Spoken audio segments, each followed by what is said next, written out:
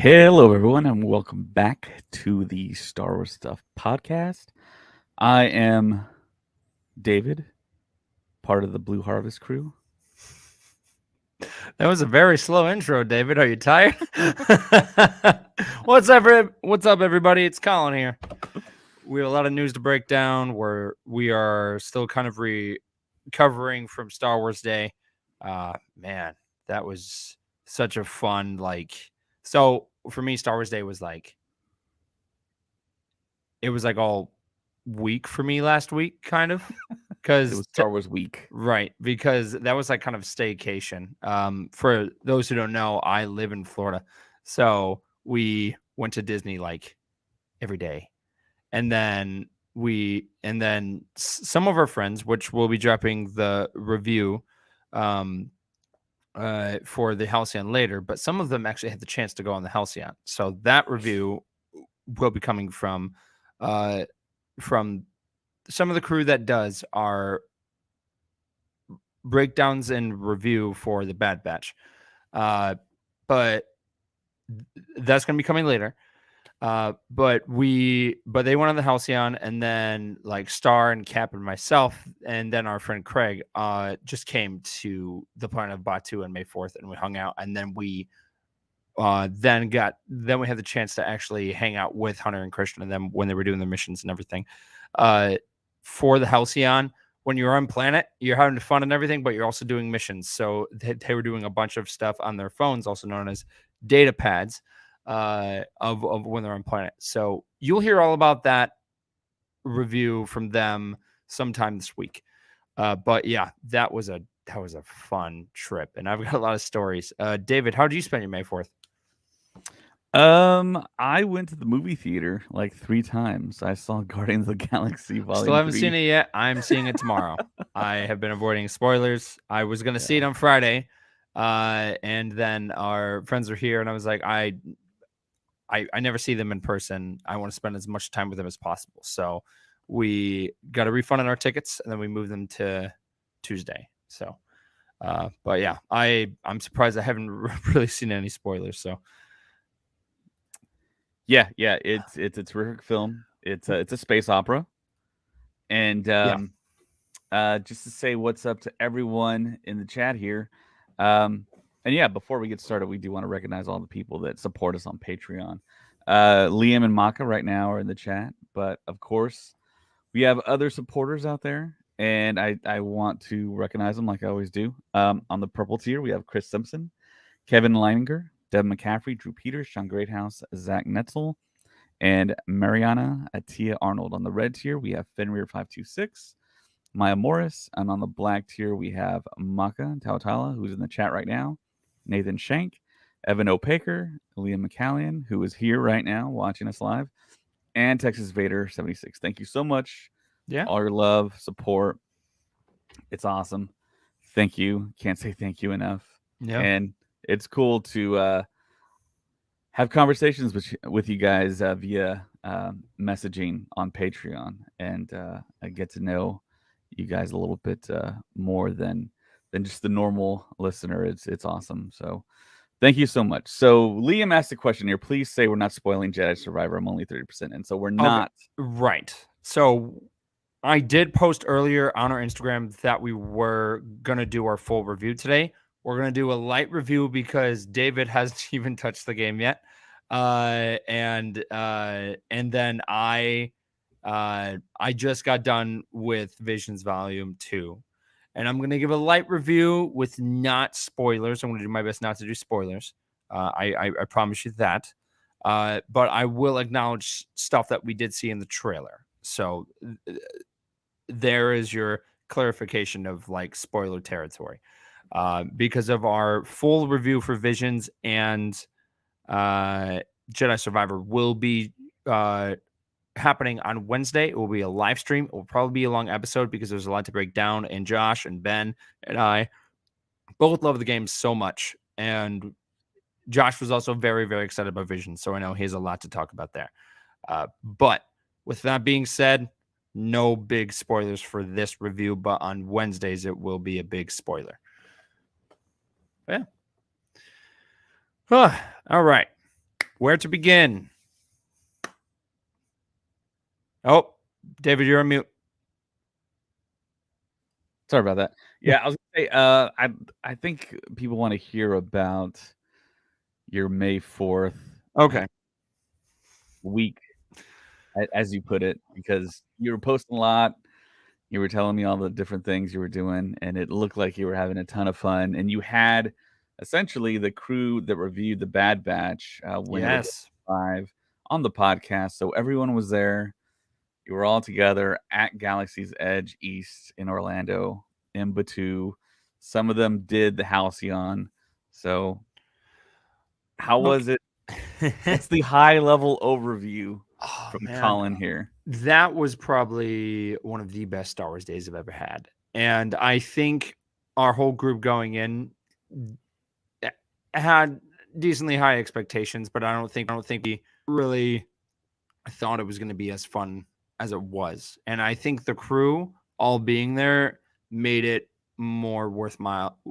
Like it made it more worthwhile to me, because in the Star Wars community, you meet a lot of great people, and I think we got really lucky with this group of people and how much we love the Clone Wars and how much we love Star Wars, and it shows in our work for costumes and the podcast and everything.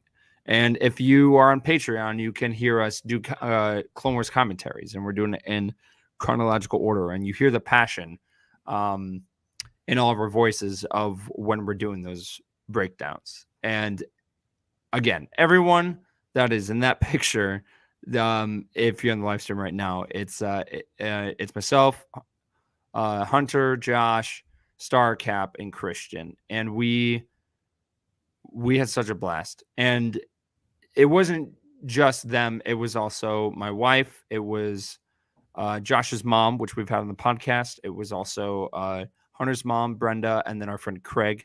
And again, we had a phenomenal time. And I think us wearing costumes also kind of added to it as well.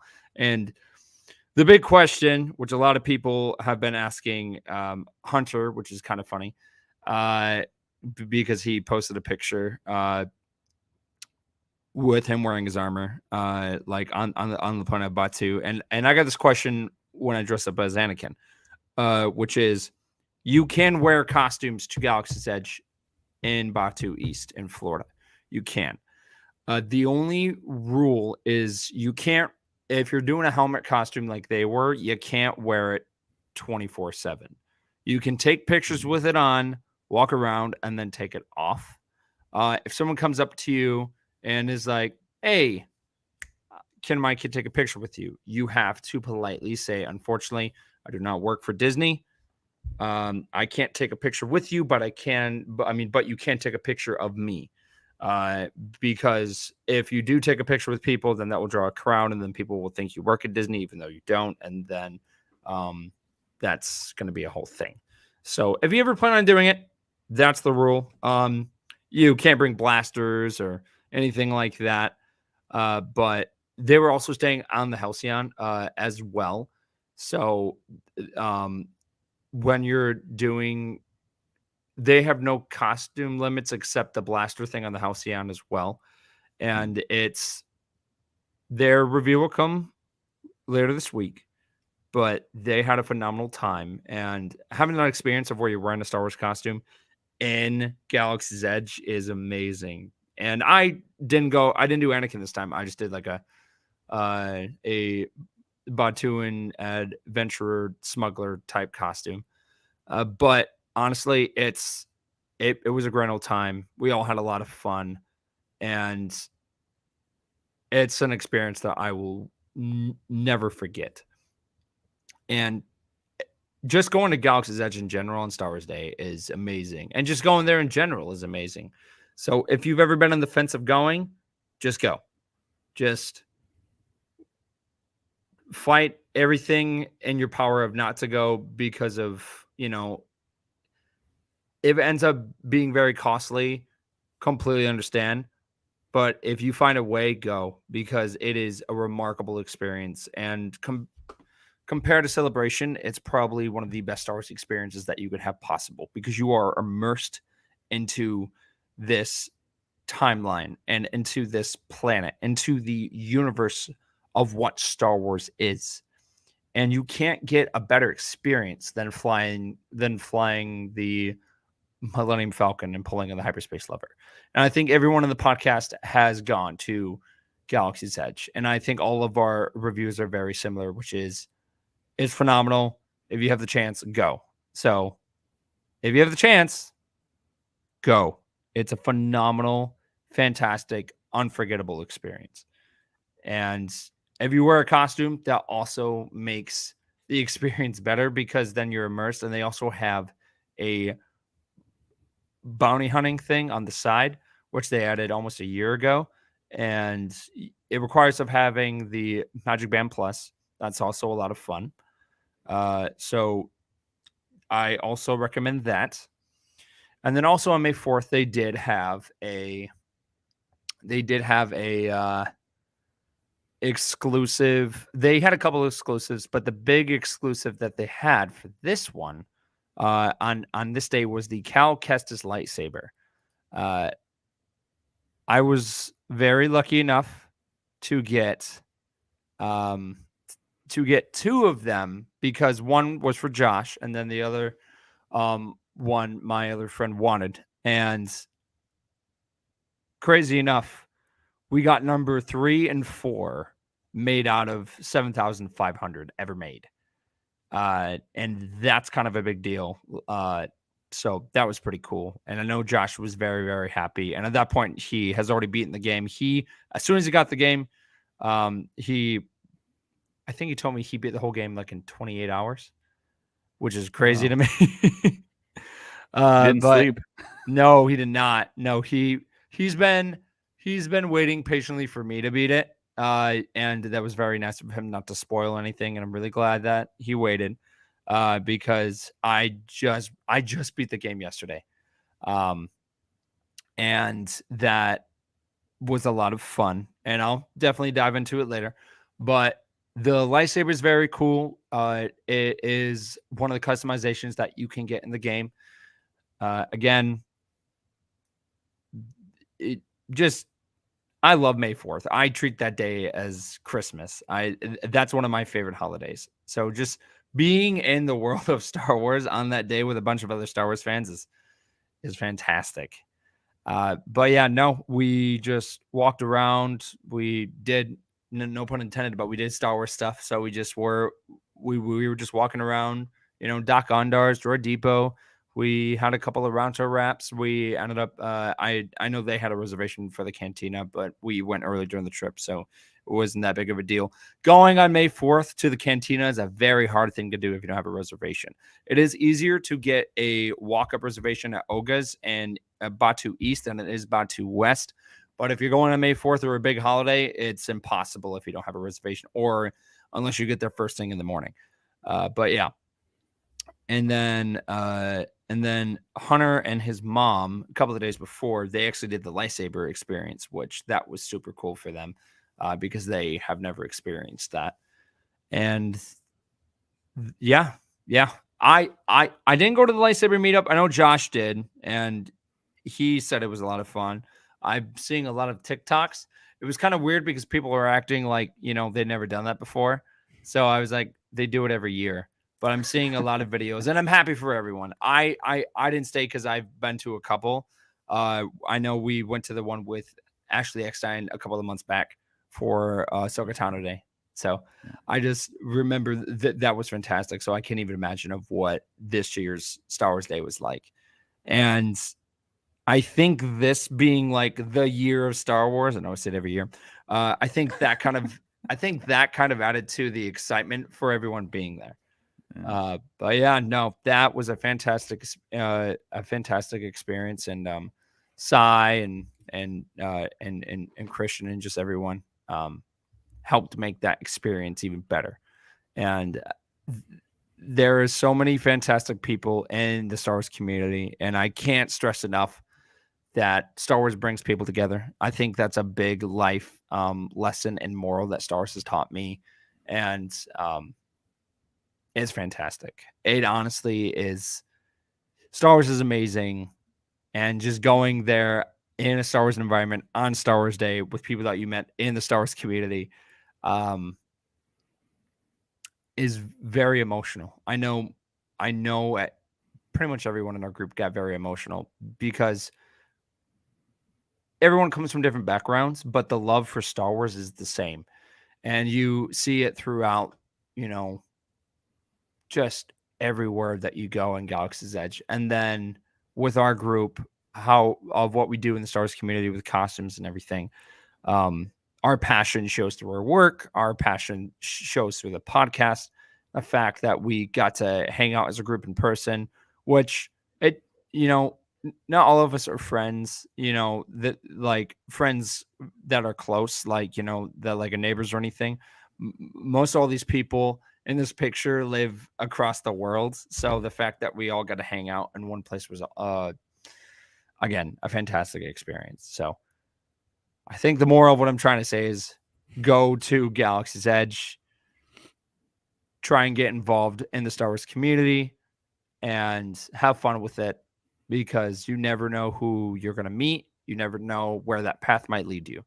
If we never went to Celebration, this podcast would never exist. And I know I mentioned that like every other podcast too, but it's true. It honestly is true. And David will tell you, if David never cut me in line, this podcast would probably not exist.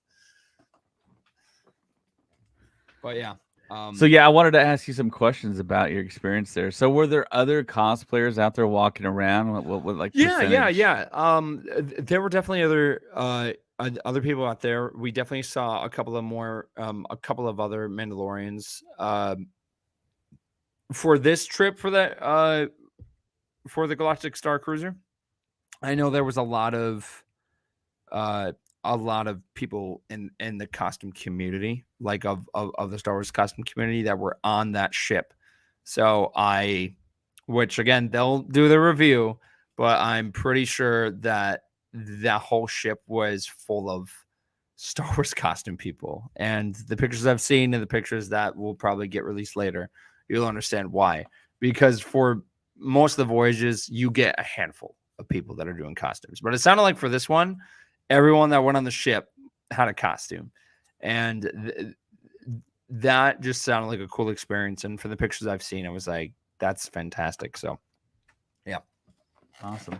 So other than the Cal Kestis lightsaber that was there special on May 4th, was there anything else that they did that they normally don't do since it was May 4th? They did have some different May 4th merch. And then they had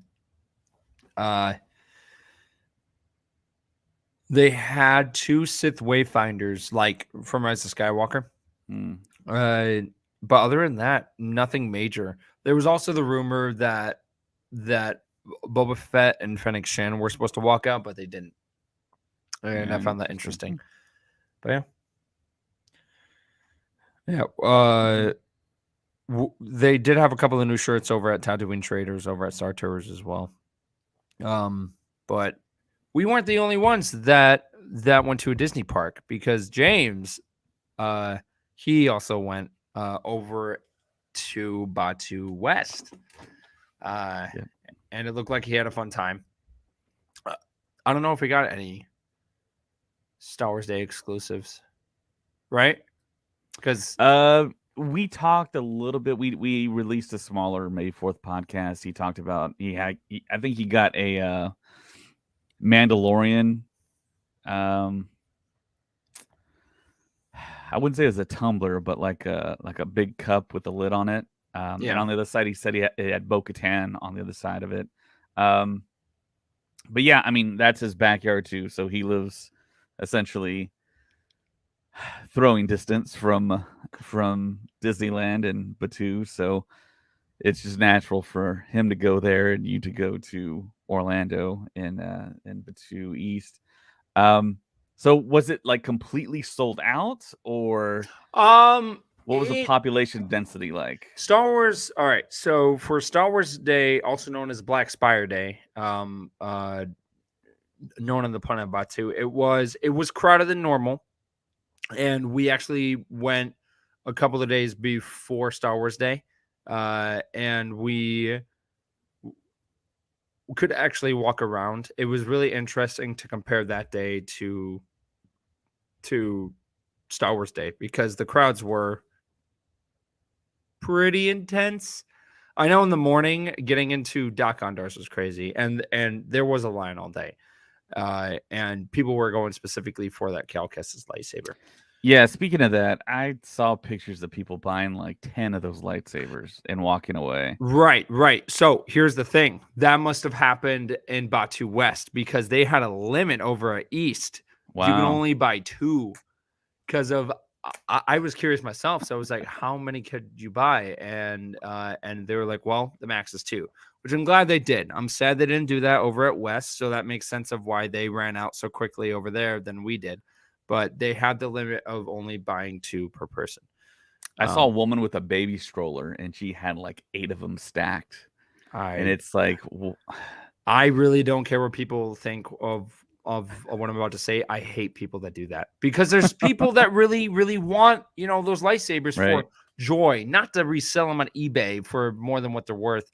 And I think when we were in line to get the lightsaber, people before us, we looked in eBay and people were already selling them on eBay for like $600. And I was like, that's ridiculous.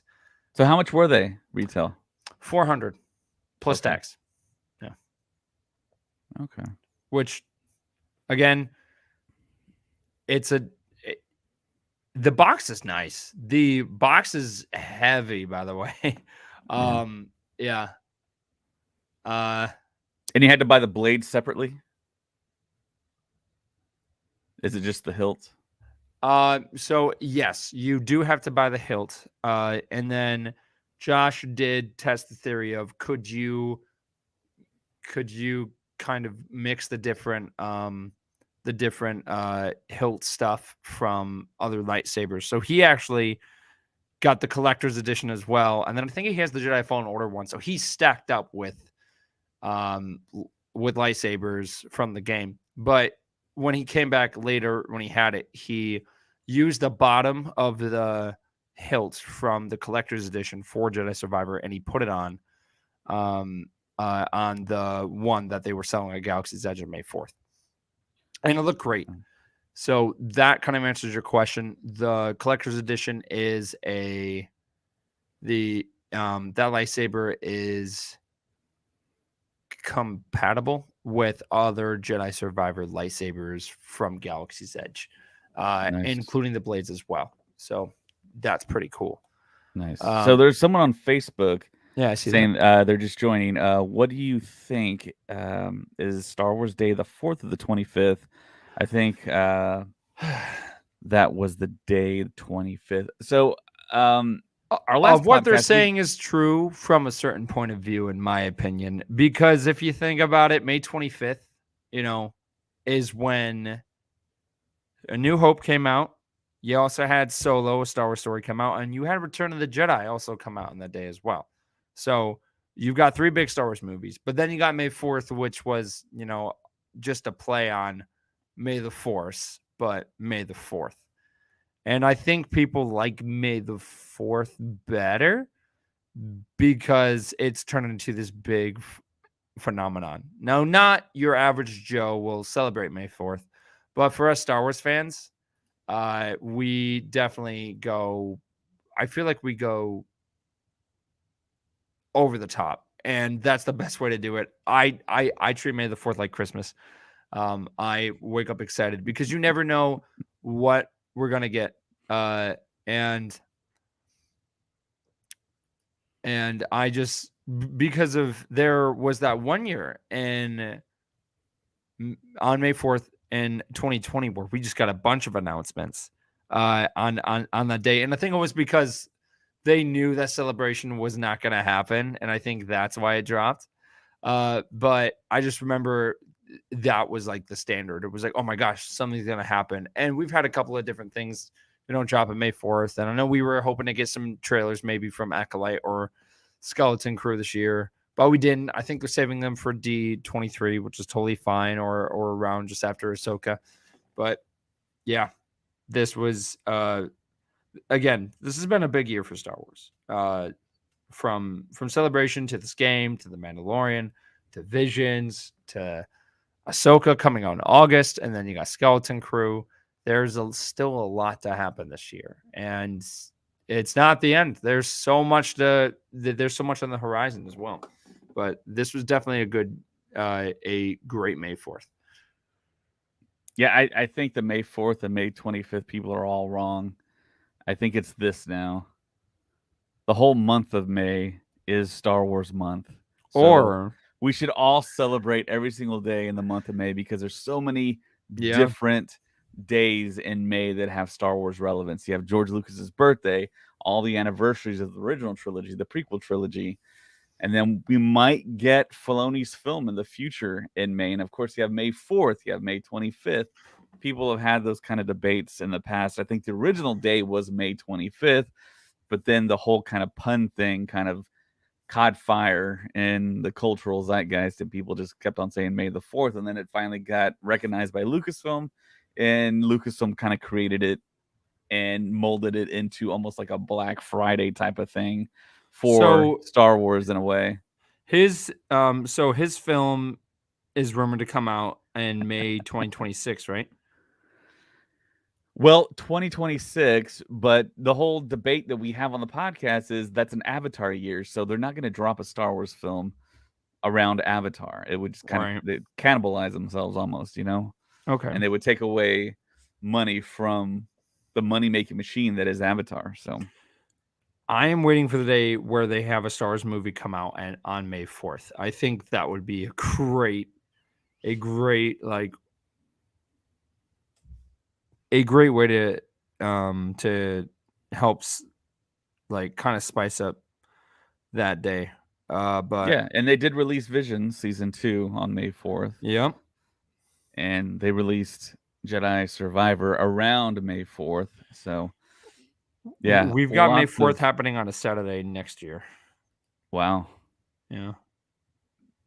I wonder what they're going to give us this time. But see, in years past, they haven't given us a whole lot. But I think Lucasfilm is kind of slowly ramping up to giving us more stuff. And someone brought up Revenge of the Fifth. There's Revenge of the Fifth, Revenge of the Sixth, and I mean, to me, May is Star Wars month. It's Star Wars. I think that there's for people outside of our group that don't have Star Wars lives. There's something of note of for Star Wars for people outside of our like hardcore group. But yeah, to me, it's the whole month, and I talk about Star Wars, think about Star Wars every single day of my life. But Same. yeah, so this Facebook user says the classic, "It's gonna be May." Nice. So Liam says, if that movie drops in 26, I only see one more reason of Mando and Max 2 seasons of Ahsoka. Oh, okay. I think the Mandalorian might continue in perpetuity. It doesn't matter if Din Djarin is involved. I Yep. think Grogu's probably always going to be involved, but that's just something that Favreau talked about in the media. He said that in an interview, and it might surpass even Favreau's involvement. But moving on to the news of the day that we want to talk about. So there's a story that popped up about Kathleen Kennedy, and this is off of Bespin Bulletin here, and the headline was kind of shocking to me. I was kind of like, "What? Well, what did she say?" Yeah. Of the whole So James Bond thing is very interesting. yeah, so this is from Bespin Bulletin. It says Kathleen Kennedy is looking to eventize Star Wars, looking at the James Bond franchise as inspiration. Which that headline just kind of shouts like Star Wars is already an event. You really don't have to eventize it because it's going to eventize itself. I think dropping a movie every other year is fine. I would love to get a movie per year, and I've always said this on the podcast. They planted their flag in December they should have kept every December Christmas time, Star Wars time, and we could have had another Star Wars month in December, and something to look forward to at the end of every year. But they dropped Solo in May. They changed that up. Bob Iger says that he made that mistake. So the sequel trilogy happened. We got that, and they got kind of spooked, I think, after the Solo box office, and I think that Lucasfilm kind of convinced themselves that we are not Marvel, we are not DC. We can't just release movies one per quarter. So they decided to pump the brakes on it. Um, and now we're going to go about 6 years without a Star Wars film. So Yep. it's going to be interesting to see how much an event this next film is going to be. And at Star Wars Celebration in London, they essentially announced that it's going to be a new Jedi Order film with a director that no one knows, with Daisy Ridley that might not even star in it. So we don't know exactly what's going to go on. There was an article that dropped that kind of talks a little bit about what we can possibly look forward to seeing, and I'll probably touch on that in a bit. But it's a very peculiar comment to me, the way that she kind of said that. But I'll read the article. Maybe it'll shed a little bit more light on what she meant. It says Lucasfilm haven't released Star Wars movie since 2019 Star Wars The Rise of Skywalker, which didn't please critics and received a mixed response from fans. Skywalker capped Disney's initial Star Wars theatrical run, which saw Lucasfilm and Disney release a Star Wars movie every year from 2015 until 2019. During that period, it was announced that Rian Johnson, director of the Star Wars Last Jedi, had been given a trilogy. Marvel Studios president Kevin Feige would produce a standalone movie, and the Game of Thrones showrunners Benioff and Weiss were set to write a series of movies. Less than a year after the release of The Rise of Skywalker, Benioff and Weiss departed the project after working on it for over a year to sign a lucrative deal with Netflix. The Rian Johnson trilogy supposedly hasn't happened due to Johnson's hectic schedule, and Feige's film is seemingly no longer happening. Lucasfilm continued to develop various film projects following the departure of Benioff and Weiss, who were set to oversee the next series of Star Wars movies as we enter the 2020s. In May of 2020, Lucasfilm announced they had signed Thor: Love and Thunder director Taika Waititi for an untitled Star Wars flick, and in December of the same year, Patty Jenkins, the director of Wonder Woman, was announced to be directing Star Wars Rogue Squadron, a film inspired by her father, with Lucasfilm setting a release date of December 2023. However, less than a year later, after Jenkins' announcement, her film was indefinitely delayed as she began work on a third Wonder Woman movie, which was later canceled.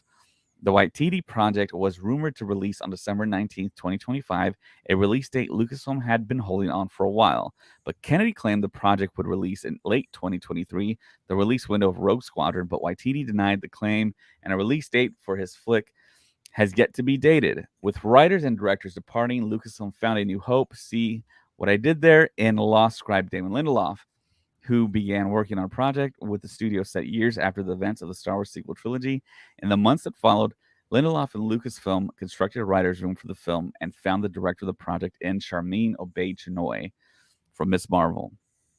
It was believed that the film would take the December 2025 release date as momentum swelled behind the project. However, Lindelof departed the project in February of this year as he was asked to leave by the studio, with Lucasfilm hiring Peaky Blinders creator Stephen Knight to write the film.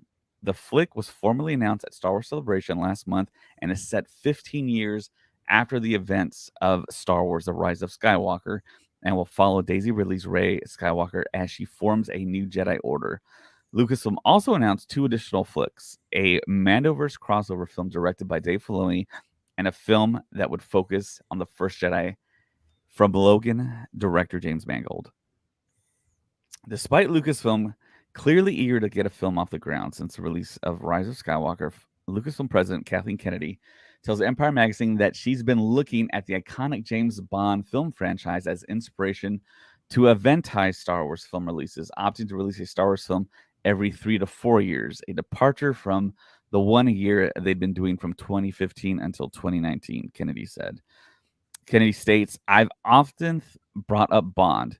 That's every 3 or 4 years, and there wasn't this pressure to feel like you had to have a movie every year. I feel that was very important to Star Wars. We have to eventize this. It's much better to tell the truth that we're going to make these movies when they're ready to be made and release them when they're ready to be released.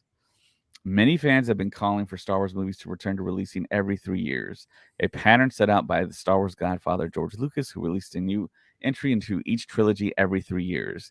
Those fans want every Star Wars movie to feel like an event, and that having to wait a few years makes each release feel special. On the flip side, there's fans that want a movie every single year, despite Lucasfilm releasing multiple television series every year. Despite Kennedy's comments of looking to bond to eventize and releasing a movie every 3 to 4 years, it's been reported that Lucasfilm are hoping to release a Star Wars film in December 2025, believed to be the Daisy Ridley led New Order flick, and in December 2026, which will reportedly be the film being directed by Dave Filoni, which we're kind of debating on. I mean, December, I mean, an Avatar film drops in too, so I don't know, which will act as a crossover film for various series he has produced, including The Mandalorian and Ahsoka. The latest issue of Empire released on May 11th. So there you go. Those are Kathleen Kennedy's thoughts. There's a lot in the chat here. So this Facebook user says, will Star Wars become like Marvel, quantity over quality? I think that Lucasfilm could learn a lesson from Marvel. You don't have to take it as fast as what Marvel's taking it. I think they put the pedal to the metal. I agree. They're releasing a film or two every quarter. It felt like. But see, there's so much in the Star Wars lore that they can start in development, start going. You got Revan, you got Bane, the Old Republic, Knights of the Old Republic, the High Republic. There's going to be a big gulf of time between the very first Jedi and the High Republic, which is essentially the Old Republic. There's thousands of years in there. And then there's the future after the Rise of Skywalker. You can take some of these novels that are just awesome and make those into live action films. With this writer strike that's happening, it's everything's going to halt for a little while. I think everything that they've promised us as far as Star Wars goes for the near future isn't going to be affected by the writer strike. But I think it's safe to say that we're going to get essentially what has been promised. So yeah, Kathleen Kennedy wants to take Star Wars into the realm of release a single film every 3 to 4 years, which I see her point, but I don't think we should have to wait that long. Eventizing Star Wars, that's kind of, to me, that feels like episodic films. The episodic films can be the event films, but you can still, in my opinion, release the standalone films like the Feige film that was told to us that we were going to get. Yeah. And I think the fans will understand, okay, this is not an episodic film. This is kind of a one-off film, like a Rogue Squadron. That's not going to be an episodic thing that ties into the Skywalkers or Rey or the continuing story with episodes. So I think there's a way to do it. To me, it feels like Kathleen Kennedy isn't going anywhere. A lot of people in Hollywood are like, it's the worst kept secret that Kathleen Kennedy is leaving after this summer, after Indiana Jones. But it feels like she's staying there forever. until she can't work anymore. It feels like, I think that's also kind of interesting as well, because I know there were the rumors that were just like, oh yeah, she's gonna be leaving after Indiana Jones. She will be leaving after season 3 of The Mandalorian, and it's just like, I'm curious in how that works. Like how, I mean, of the political way, I guess, kind of to kind of look at it. Like, does Does someone just keep being in that position and until they're like, all right, your time is up, or is it like is there a vote? Is there like how does that work? Because I don't think that's something that's really talked about either. Like because Kathleen Kennedy has been in charge since 2012, and it's been a long time. So I'm curious on how much longer that she plans on being there. Yeah. She is an older person. She's from the old school. She worked with Steven Spielberg and produced pretty much everything that he did. But yeah, I think we need new blood.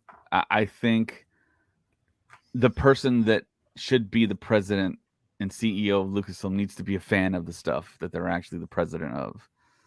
They need to know certain story points. Absolutely. She's been often asked about certain characters in interviews, and she has no idea what they're talking about. As long as she knows who Max Rebo is, that's all I care about. She probably doesn't, Colin. Well, clearly someone knows about Max Rebo because he keeps popping up in different things, and the fact that there is a kid version of Max Rebo. It's not Max Rebo, it's a species which is a orphan. But I'm just like, someone knows about the love that I have for Max Rebo. He wouldn't keep popping up everywhere. So Yeah, there's somehow that for Max you. Rebo returns. Yeah, he's Yeah. at the top of our video there. So yeah, I point to this all the time with DC. They got an executive, and they got a creative at the very top in James Gunn. And we all saw what James Gunn just did with Guardians of the Galaxy Volume 3.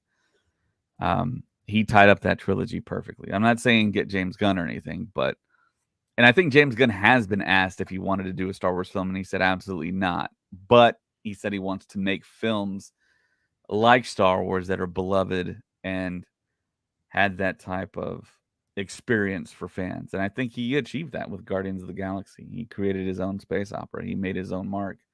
And now he's off to DC to try and tackle that behemoth and Superman and Batman and that whole thing. But I wonder if Feige's ever, or not Feige, if Favreau's ever been asked about his want, or if he has the desire to be in that role, because he's creative. I think he could be an executive. It's just the question is Favreau maybe waiting around, waiting in the wings here, because he's a big time director. He can do anything he wants in Hollywood, and he's chosen to stick around with Star Wars. Yeah. And I know everyone's heard about all the rumors out there that him and Kathleen Kennedy had a little bit of a spat or a falling out or whatever, and the relationship is a little bit more icy than it used to be. I really don't know about that. I'm unsure about that. This Facebook user says, I think fans are tired of all the director junk, which trilogy, which movie, who's directing what.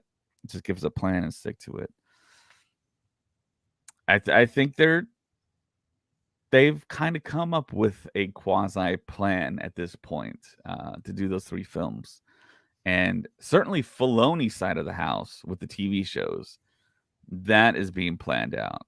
And the Rebel storyline is continuing with Ahsoka. And then with this crossover event, they notified us of that in 2019 in that Investor Day call. So there's a plan there.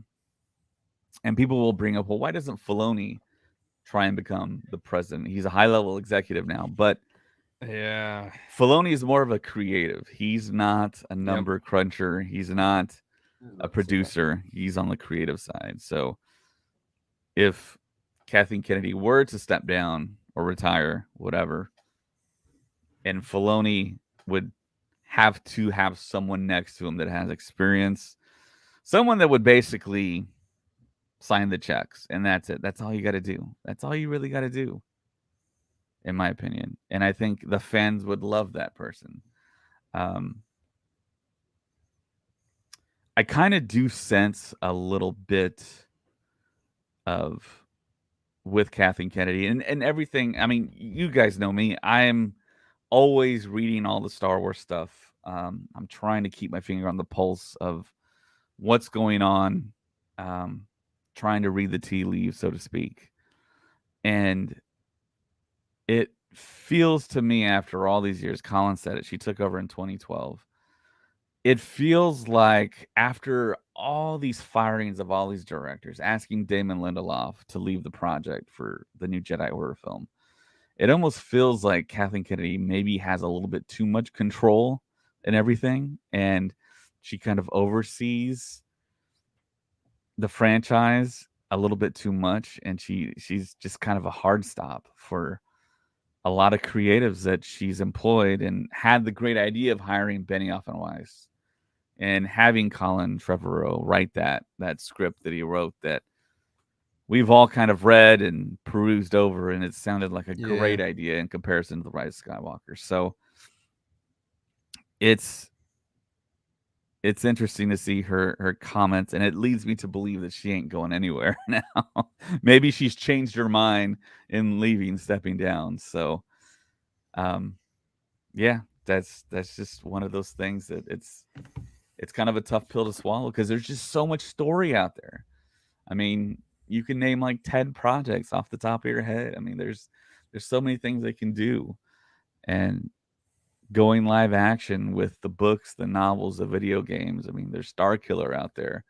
It's DC's doing an Elseworld line of films, which is what, like, the Joaquin Phoenix Joker is, Yeah. and we could have a Star Killer film. I mean, Uh, they could do side stuff. I mean, and just have, I mean, at least a movie a year. I mean, there's so much stuff.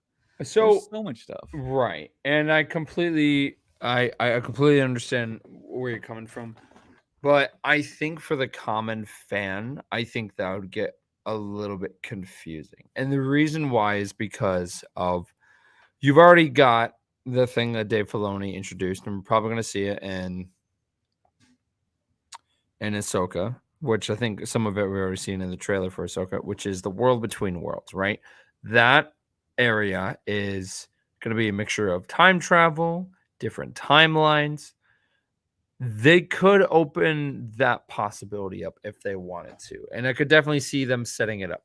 Now, will that do well? Probably. Is it going to be confusing as hell? Absolutely.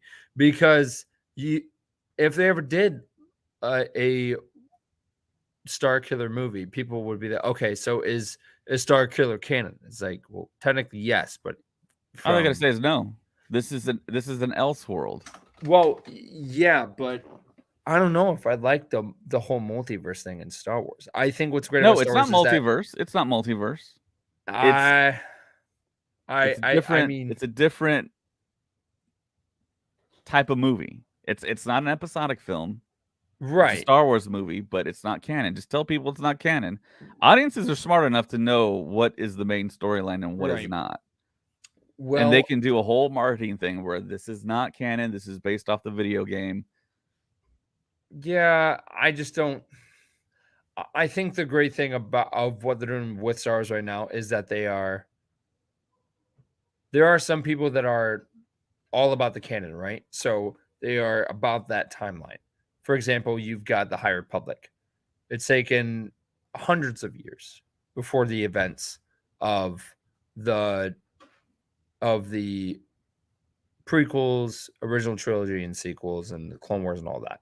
But it's still part of the Star Wars universe. It's just happening ahead of the timeline, and it will lead directly into it. You've got Jedi Survivor, which is its own thing, but it's also part of the main timeline. If you had Force But Unleashed they treat movie, it like an Elseworld story because there's no Cal Kestis mentioning. He doesn't right, show up right, anywhere. but it has characters from the movies and from the different shows in it, and that's to me, that's how it's just like okay, it's still Star Wars, but it also like is its own thing, Right, and which is the complete opposite of what they should be doing, I think. Because they should introduce Cal Kestis, which they hired a live action actor, in something in the mainline canon, which essentially would drive video game sales. I Because I think think there's if they some of the wait, fear, there's some fear in that, okay, well, invest your time in Jedi Survivor, and then nothing becomes of it in the mainline canon. Okay, so this is where I think they're leading into the future, and I'm not going to spoil anything. But the game definitely leaves it out for the third game, and the people behind the game, the people in charge of the game, have said that they look at Cal's story as a trilogy, right? So after you get done with the final game, those events could definitely lead into possibly the Mandalorian timeline. It could lead into the timeline that is happening with the Mandalorian, and we could see live action Cal Kestis there. There is that possibility of having Cal Kestis live action, and honestly, I'm calling it right now. I got a feeling that he's probably going to show up in the Dave Filoni movie. That is the best place to have him, and then having like the third game kind of line up with that, and then have him like kind of show up in there. That would be the reward for everyone playing the game, and it would just feel like all of us Clone Wars fans, being huge fans of Ahsoka, and then all of a sudden, years later, we never even thought that it would ever happen in a million years. But here we are. We have live action Ahsoka. Just she's there, and it's just like that's crazy to think about. Is it everything that we imagined it would be? Probably not, because of it's a different actress and everything, and it's a whole, and people have their own opinions about it. But honestly, seeing those type of characters come from a show of animation to live action is a big deal. And what better way to have Cal Kestis come into live action than getting done with the final game and then leading into, hey, here is, Cal Kestis. This is what he's been doing the entire time. This is his journey. And I don't think they're not kind of closed off it. I don't think they're not closed off of the idea of it. I think they really are in the idea. I think they just want to make sense of where they could bring him in. And they definitely hinted at him in different, and just the games in general, in different shows. For example, you've got the first season of the Bad Batch. They end up going to the planet that Cal Kestis is like in Jedi Fallen Order, that mining planet of Braca. That planet in Bad Batch was first seen in Jedi Fallen Order, and that whole planet was like the first level of Jedi Fallen Order. You got Book of Boba Fett. You see a BD unit, and that's kind of like a call out to the Jedi games. So it is a big deal bringing Cal Kestis to live action, and I think they're going to do it in the Dave Filoni movie. It would just make sense because Cal is such a great Jedi, and he is a powerful Force wielder. That is very clear in these games. So I think that would be like their version of the Hulk, in my opinion. He is a very strong character with the Force, and I could definitely see that being brought into the team of the Mandalorian when they do fight the big bad, which most likely is Thrawn. So again, that's the best way to bring him in my opinion, is in the Dave Filoni movie. That makes the most sense to me. To me, from everything we've seen from Dave Filoni, he's only kind of realized the stuff that he's worked with predominantly. Now, you brought up the BD droid. That was a shocker to me. That was like, wow, they're actually kind of branching out a little bit. So that was surprising. But is there any other example where Filoni kind of like went out of his wheelhouse to get someone else that's not original trilogy, prequel trilogy, or the animation that he exclusively worked on, other than the BD droid? And what was your other example? It was the planet. Oh, the planet, yeah. Yeah, from Jedi Fallen Order. I mean, hey, listen. They have carried a lot of stuff from Legends. They have carried a lot of stuff from the animation to live action. I got a feeling that Hondo's next. And that's something that a lot of people on the podcast are campaigning for, is to have Hondo live action. But a other good example is you have the the Carillion type freighter ship, also known in legends as the Outrider. That ship was seen in Star Wars Rebels. And I remember when it was posted on Facebook, because I didn't have an Instagram at the time, and I commented on them bringing it in, saying like, "Hey, this is great. I really would love to see Dash Rendar in canon." And the official Star Wars page responded by saying, "Never say never." So you never know who will pop up. I mean, I'm still waiting for Dash Rendar, but I really would love to see more characters like that. And Cal Kestis has become a fan favorite. Cameron Monaghan is that character. He is fantastic. He loves ponchos. It's very clear. But I got a feeling that we are going to see him live action. I don't think it's not going to happen. I think it will absolutely happen, and it's going to blow people's minds. But they have to do it in the right way. And I think in the third game they will explain, kind of where he has been and how cool would it be after you play the game, right? And then they have an after credit scene, and that game like scene has Mando coming up or someone from the Mandalorian being like, "Hey, there's a big threat happening," or maybe it ends up being Ahsoka, and she ends up walking up and she's like, "Hey, listen, I've sent you for a long time. I've kept my distance because I know how much you went through and your pain and everything. But now is the time that we need you. Please come and fight the good fight. We need you, Cal." Like something in the lines of that. And that would just, oh my God. And then that would lead into the movie. Could you imagine like Cal, Luke Skywalker, and Ahsoka fighting side by side, just mowing down like of what's left of the Empire and the rise of the First Order? That would blow people's minds. And I know that he's not just this actor who does this game. He has done other different shows, and he is a good actor. And he's a big Star Wars fan too. And he's a big Star Wars fan. All of those ads with like Mark Hamill was hilarious.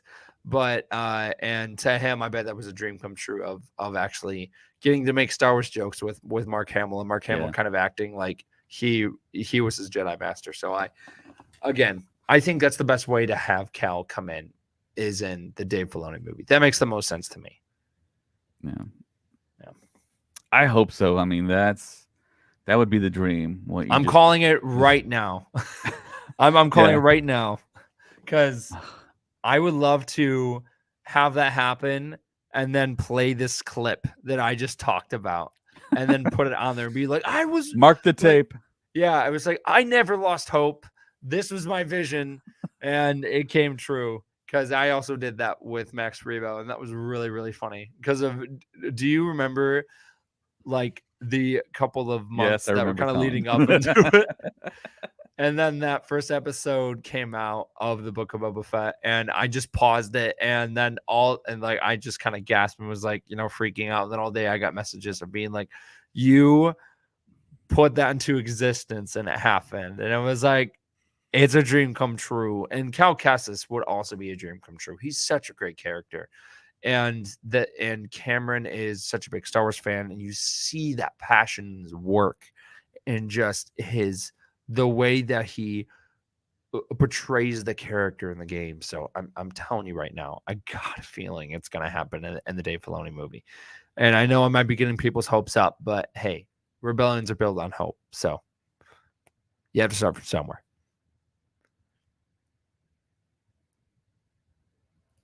Yeah, I wish they would move a lot faster.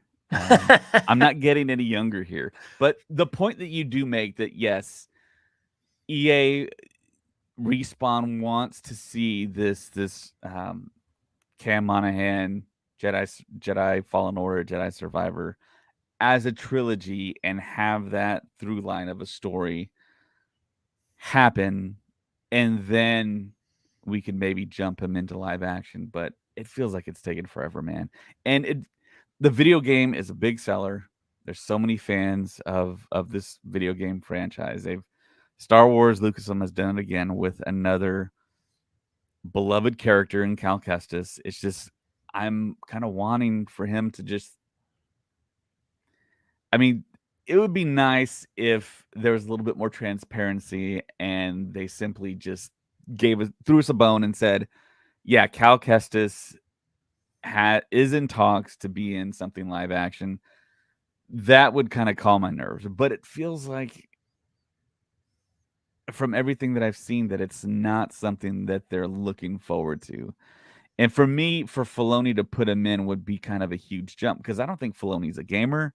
I don't think he puts in huge story points for other things that have happened in the Star Wars galaxy into his stuff. I think all the stuff that he's given us as in live action has been pretty much close to the chest. It's stuff that he's already worked on in animation.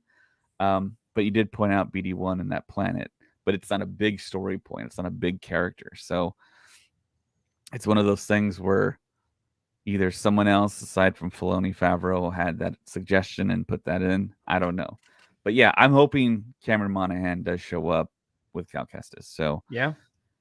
yeah. So moving on to another kind of bummer of a story. Oh. So actually, I want to answer this question. So on Facebook, it's being asked if they do an Old Republic, would they stick to Legends, or do their own Disney take on it? It's always going to be different when it's in live action. Um, Disney take on it, I don't.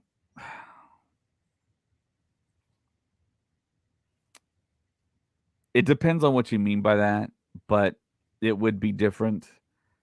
Um, I think as time goes on, Star Wars stories, Star Wars films are going to get a little bit more gritty.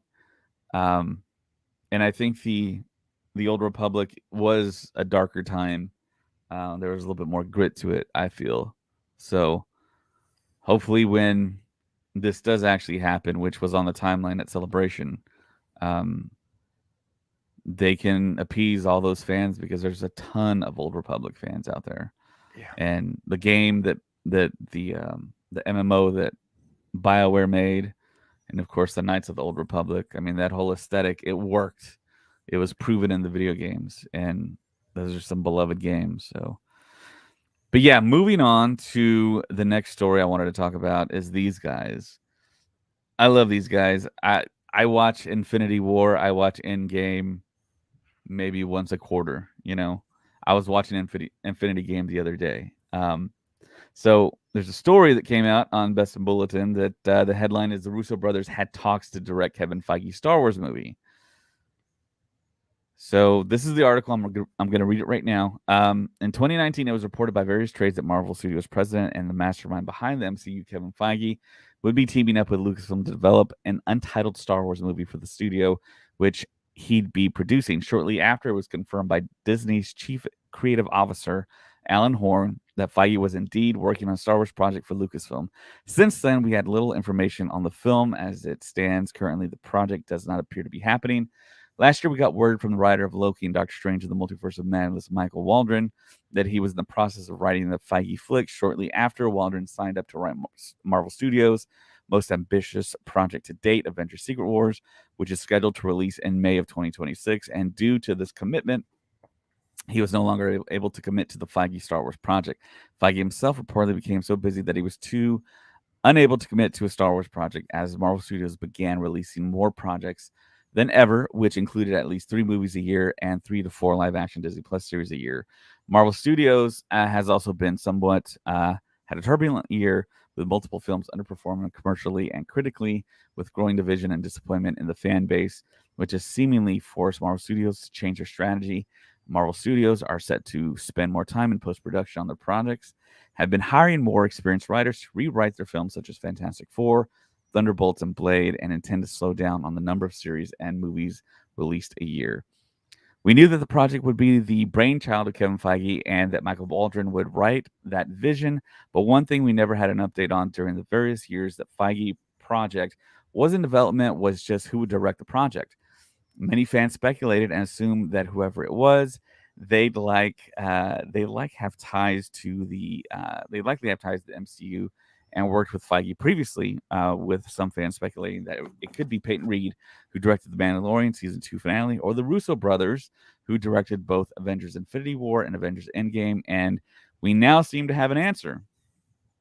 During the last episode of Spartless, a podcast hosted by actors and comedians Jason Bateman, Will Arnett, and Sean Hayes, Joe and Anthony Russo, better known as the Russo brothers, revealed that they had early talks with Marvel Studios head honcho Kevin Feige about possibly directing a Star Wars flick, with Joe Russo saying, "We love Star Wars. There were early conversations. There were some early conversations with us. Kevin Feige is a huge Star Wars fan, and there were some early conversations about maybe teaming up with Kevin to do Star Wars. I'm sure if this was 2019, many Star Wars fans would have been elated by this possibility, with Joe and Anthony coming off the back of two fantastic films in Infinity War and Endgame, two films which went on to become some of the biggest grossing movies of all time, as well as other Marvel hits such as Captain America, Winter Soldier, Civil War. However, since Endgame and stepping out from the Marvel Studio shadow, the results of the Russo brothers projects have been fairly disappointing. The Russos released the Tom Holland-led Cherry, which received a negative response from critics. Russo's followed up Cherries last year with the star-studded The Gray Man, which starred Ryan Gosling, Anna de Armas, Chris Evans, for Netflix, which also received negative reviews. Most recently, the duo released a 7-episode series, Citadel, for Amazon Prime Video, which boasted a budget of over $200 million, with some reports claiming up to 300, which was received a middling response from critics and audiences alike. The reveal from the Russo brothers follows comments made by Lucasfilm president Kathleen Kennedy from Star Wars Celebration, where she claimed that Kevin Feige, wasn't officially announced, and that it was a story in the press and fandom. Despite Alan Horn confirming the project was being developed, Kennedy added that there was nothing to the Feige project, which was totally bizarre, and that the duo never discussed an idea, even though we knew that Kevin Feige had hired Michael Waldron to pen the project, which he confirmed he was doing last year, and the Russo brothers confirmed they had discussions about the directing the feature. The Russo brothers' next project is a film entitled The Electric State, which features a star-studded cast including Millie Bobby Brown, Chris Pratt, Kiwi Kwan, Giancarlo Esposito, Brian Cox, Anthony Mackie, Jenny Slate, Jason Alexander, and Billy Bob Thornton. Marvel Studios' next theatrical release is the highly anticipated Guardians of the Galaxy, which just happened, which hit cinemas. And the next Star Wars theatrical release is believed to be the Daisy Ridley-led New Jedi Order movie, which there's debate about if she's leading. Directed by Charmaine Obaid-Chinoy, which could release on December 19th, 2025. Though there's new reports claiming the long in development Star Wars flick from Taika Waititi is set to shoot next year. So there you go. Well, there what you do go. you think about the Russo brothers not working on a Star Wars film? I think that film would have been amazing. And I think we all know it would have been. Now the question is, what era would have taken it? Like, of what era would that movie take place?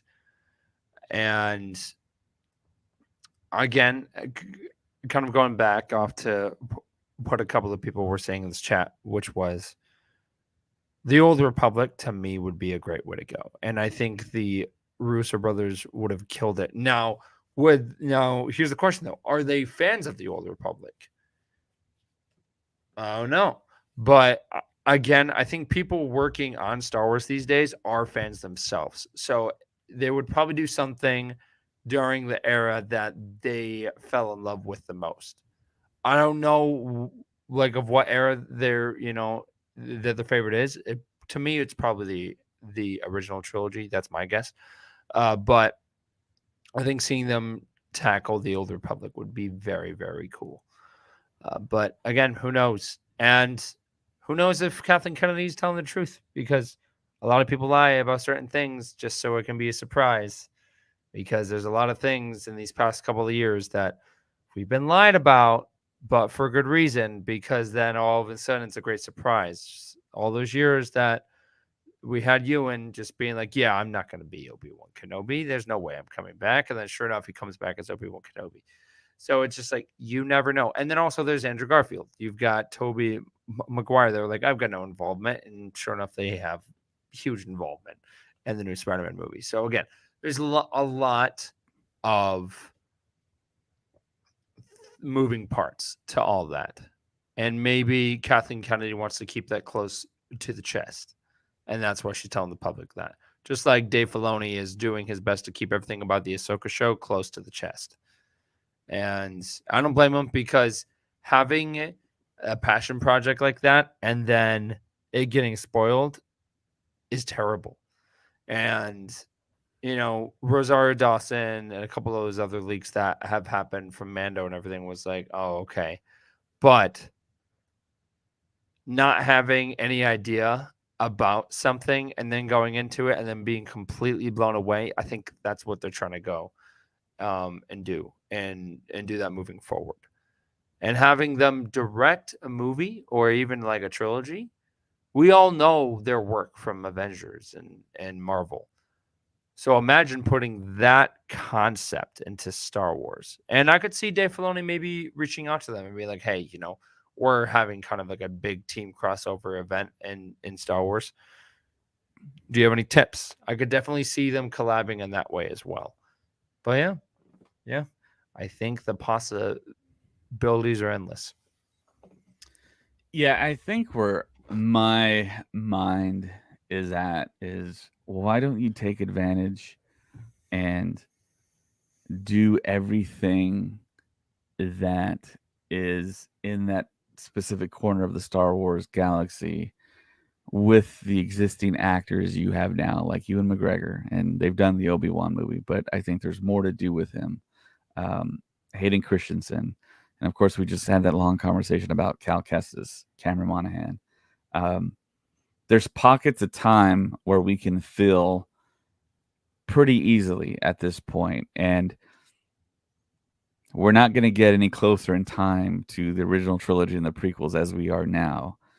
To me, it seems strategically like not the greatest way to go about adding Star Wars content and jumping kind of all around and adding stuff.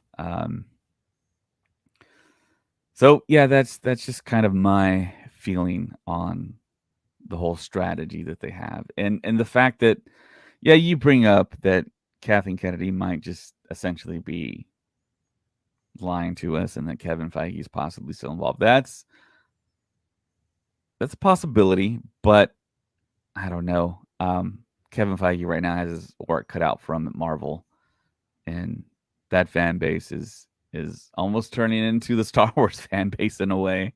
How they're kind of like cannibalizing themselves in a way, um, and they have a lot of unforeseen issues that have popped up, and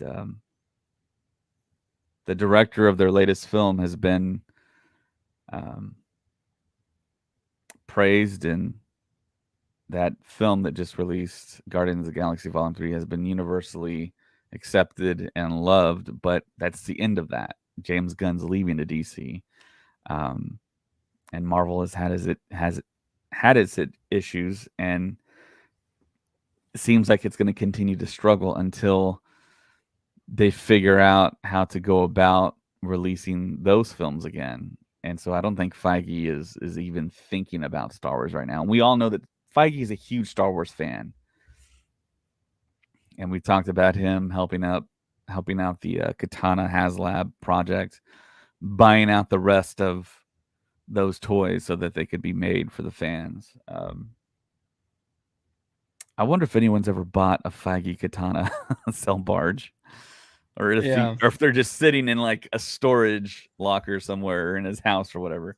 But yeah, that was always an interesting story that the Russos told about visiting Kevin Feige in his house. He had like 200 boxes It's of the crazy. Jabba cell barge in his place.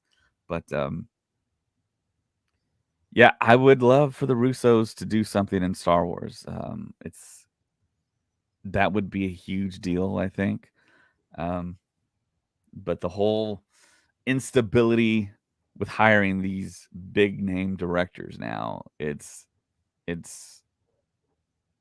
there is no stability. I mean, it's you just never know what's going to happen. And now we have a director in um, Obey Chinoy, Charmin Obey Chinoy, who we've only gotten some episodes of Miss Marvel, and that's it. Um, and Damon Lindelof said he was asked to leave the project, and he wanted to do something totally different from what Lucasfilm wants to do now. And we don't have all the facts. I mean, is Daisy really going to star? Is she not going to star? Is she going to be the Obi-Wan character for this new group of actors that will star? We don't know yet, but it's it feels like another loss for Star Wars that a Russo directed Feige Star Wars film. That just sounds like a winner to me. So, um, but never say never. It might happen in the future. I know Damon Lindelof has said he's totally good to come back and work for Star Wars. Um, so that's kind of the state of things right now. We're going to get 3 films for sure at this point, because you never know, they might disappear. I don't think Filoni's film will disappear, but the other 2 possibly might, or might get pushed back, maybe due to a writer strike, a possible actor strike. I don't know. So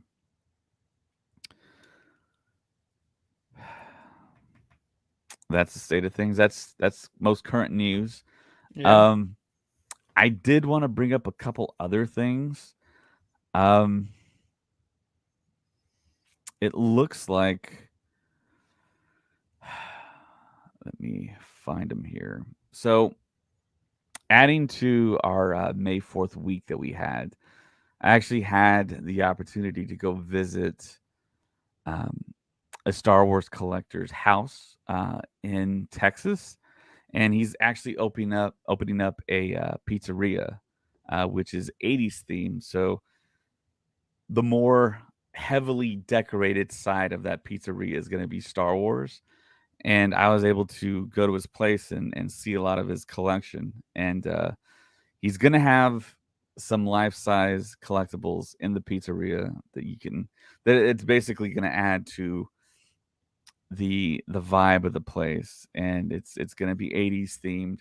And I actually have a picture here of me with the Vader that will be in the pizzeria. It's life size to scale, um, and you can see in between us right there. There's a Tusken in the back. I believe that's going to go in the pizzeria too. That's But awesome. yeah, he's going to have a lot of Star Wars stuff infused in that place, and apparently it's going to open sometime this year. The date is not locked in, but hopefully we will have Michael Hawes on the podcast to talk a little bit about his collecting, and it'll probably be a full blown podcast because this guy's really into models and the history of the original trilogy of Star Wars in general, and he basically has an entire floor of a house just dedicated to Star Wars. And with that other with alongside that floor, he has his own other kind of collection that he has, and it's incredible, man. He's been featured on the news, on the local news, and what's ironic is some of these news stories dropped recently, and I was asked if I knew about this, and I was like, I was just at this guy's house yesterday, so it's kind of ironic. And I sent you guys some pictures, and yeah, he has an incredible collection, lots of stories. Um, and there was one story that I brought up when he was showing us his stuff. He had one of the original Kenner Luke Skywalkers with blonde hair, with the telescoping lightsaber in his wrist. And I told him one of my first memories was actually playing with that action figure in a church that my grandfather built, and there was no head on the figure. But I would still play with it. But I hated the fact that my Luke Skywalker had no head. And he told me a story of like, yeah, that's exactly what happened to my figure. The head popped off, and I could never put it back on. So we kind of bonded over that.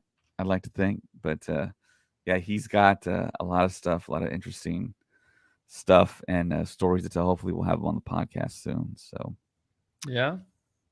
and also, we talked about this before. May 4th, Carrie Fisher got her star officially. You can watch that video. Um, Billy Lord gave an awesome speech. Mark Hamill gave a great speech, and a lot of people say long time coming, but the whole Hollywood star on the Walk of Fame is there's certain requirements and certain kind of. I'm pretty sure Carrie Fisher was asked a long time ago. She probably just maybe declined and maybe gave the notification to her state that yeah, I can have the star after I'm gone, or maybe just Billy Lord made that decision. But yeah, that's that happened. That star's actually close to Mark Hamill, so if you go down to Hollywood Boulevard, you can check that star out. And I think that's pretty much all I had. And like what Colin said, actually, there's one more thing.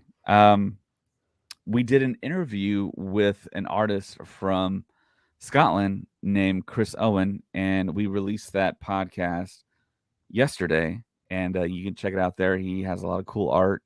You can actually buy it online. He's been to a few Comic Cons locally for him, and just a cool guy. He's a fan of a lot of stuff that I think our listeners are fans of. Jurassic Park. He mentioned doing stuff for Alien. He wanted to do Predator stuff. So all the stuff we love in pop culture, he does pencil drawings and some really great looking stuff. And Lucasfilm has commissioned him to work on tops. So he has been employed by Lucasfilm. So yeah, we had him on. You can check out that podcast. And I think that's all I got. Colin, did you have anything else you wanted to add? Yeah, man. Get ready for Ahsoka because it's just around the corner. And to kind of fill in that gap, I would play Jedi Survivor. I would watch some Visions, and then if you really want to dive deeper into the character of Ahsoka, go watch Clone Wars. Go watch Star Wars Rebels. That show will be coming out in August. We don't have an exact release date, but we know it's coming out in August. And there's a lot to look forward to in that show. There's a lot to look forward to in the future. And one great thing about all of that is you have us on the podcast to help you go on that ride in a galaxy far, far away. So thank you for joining us every single week. Thank you for everyone that's on our Patreon. We have so much fun just doing all of this, and it's a blast. We love you all. We wouldn't be doing it if it wasn't for you all. So thank you so much for just tuning in and joining us on this crazy ride. And yeah, if you're watching us on YouTube, hit the like button, subscribe if you haven't subscribed. Also, you can find us on Instagram at Star Wars Stuff Podcast, on Twitter at Stuff Pod. You can support us on Patreon, Star Wars Stuff Podcast 2187. We're on TikTok. You can email us at starwarstuffpodcast@gmail.com. Also, we have a Facebook page and a group. You can find us there. We'd love for you to give us 5 stars on Apple and Spotify. Write a review on Apple. The reviews have been pretty cool to see and read. And of course, we have Star Wars Stuff Gaming on Twitch.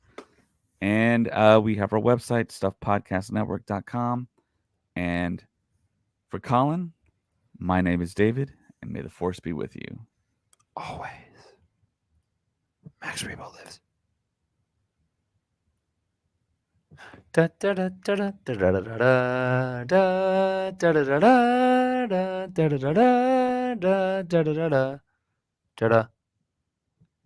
Oh my gosh, press it. Let's go.